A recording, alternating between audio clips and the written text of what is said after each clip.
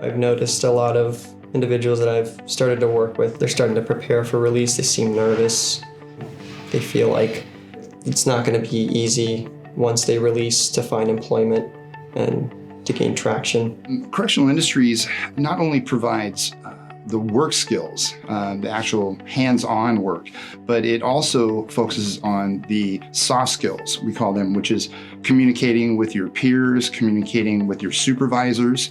You know, it helps to create a well-rounded individual that can be successful once they release.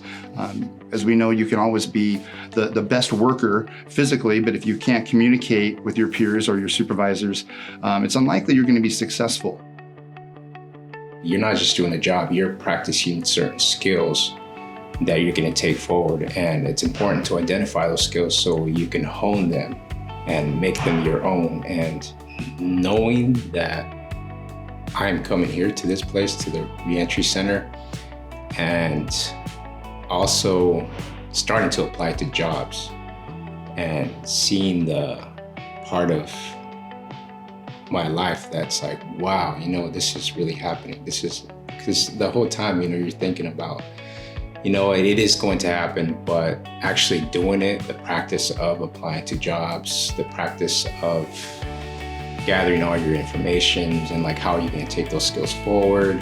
It was a sense of relief because you know what, it's here, I'm taking it in and I'm moving forward. There was a few jobs where I was fortunate to have a leadership position and being in charge of a crew and making sure that everything gets done correctly. So it was a lot of pressure. But the difference between that job and this one, it was this job that I had while, you know, incarcerated, it was more meaningful, it was more humanistic. It was getting richer because you're working with individuals with rough backgrounds, with very diverse backgrounds, very diverse upbringings and experiences, and getting to that same level with them of, you know, talking, sharing about our lived experiences and at the same time, you know, getting the job done. I think that was the coolest part. And I'll say it like this, because before I started working at CI and being part of the workforce development team, I was hoping that I could start a new life, lead a new life, very positive life. I was hoping, right? And up until that point, that hope turned into more of a, okay, you know what? I can actually do this.